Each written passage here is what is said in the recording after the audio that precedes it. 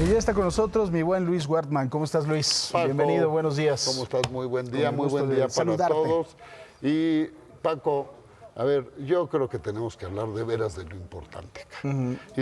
Y lo importante es lo que cada año comprobamos, que de veras el cambio climático no es ningún mito y que es urgente, y porque llevamos años hablando de adoptar una buena conciencia del cuidado del agua. Y ojo, digo cuidado del agua, porque el agua no se ahorra, el agua se cuida. Y entonces la definición de ahorro es lo que guardas hoy para gastar mañana. Y aquí no, el agua no es así. Y peor es pensar que aquel que dice que porque paga por el agua, él ya está cumpliendo, ¿no? Ese es uno de los grandes errores sociales que cometemos. Y además de todo, cuando el agua te la subsidian, es peor, porque no entiendes verdaderamente el valor que tiene. Así es, y eso nos pasa en nuestra ciudad, pero es un problema del mundo. Entonces, Paco, como siempre, de veras, las soluciones las tenemos y las tenemos nosotros y las tenemos para aplicarlas hoy. ¿Y cuáles son ese remedio y ese trapito de siempre? Mira, lo que tenemos que hacer es, uno, lávate los dientes con un vasito con agua.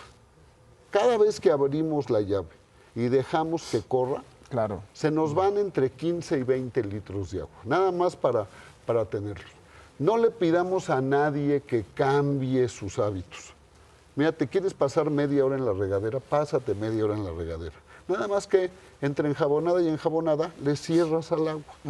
Y con eso, en vez de gastarnos más de 130, 150 litros o más de agua en un regaderazo de 7, 8 minutos, si hacemos eso, podemos llegar a gastar 30 o 40 litros de agua. ¿Qué más? Regar las plantas en la noche en vez de durante el día. Y no con la manguera, sino efectivamente con una cubeta. O con una regaderita, para eso las inventaron, bueno, son muy antiguas, pero para eso son. Para que no suene elegante. Exactamente. El asunto, ¿no? Luego también otra cosa importante que es, si vas a lavar el coche, pues lávalo con una cubeta y se acabó. Y la otra cosa, lo que sí podemos hacer nosotros en nuestras casas, es checar que no hayan fugas dentro de casa. Y que cualquier fuga que veamos en la calle, inmediatamente la reportemos.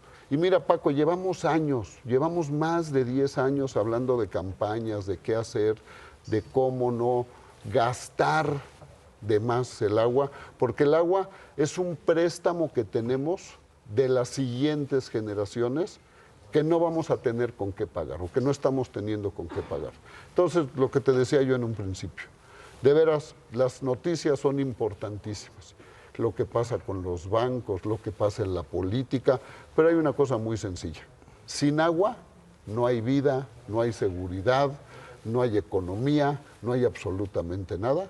Y está en nosotros, como sociedad, como ciudadanos, el solucionar ese problema, comenzando hoy mismo y viendo los resultados mañana mismo también. Claro. Fíjate, yo creo que ya debe tener 10 años. Me tocó ir como ponente de México a la Feria Mundial del Agua en Zaragoza, España. Venga.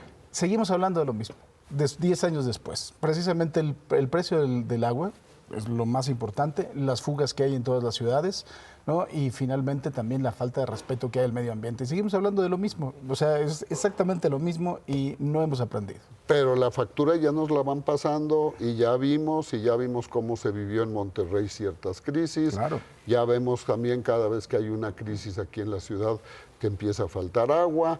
Y no es, como digo, no es nada más lo que nos pasa a nosotros, pero sí son de estos problemas que nosotros tenemos gran parte de la solución en nuestras manos, Paco. Así es. Querido Luis, muchísimas gracias como siempre. Gracias y un gran día para todos. Igualmente, Marlene.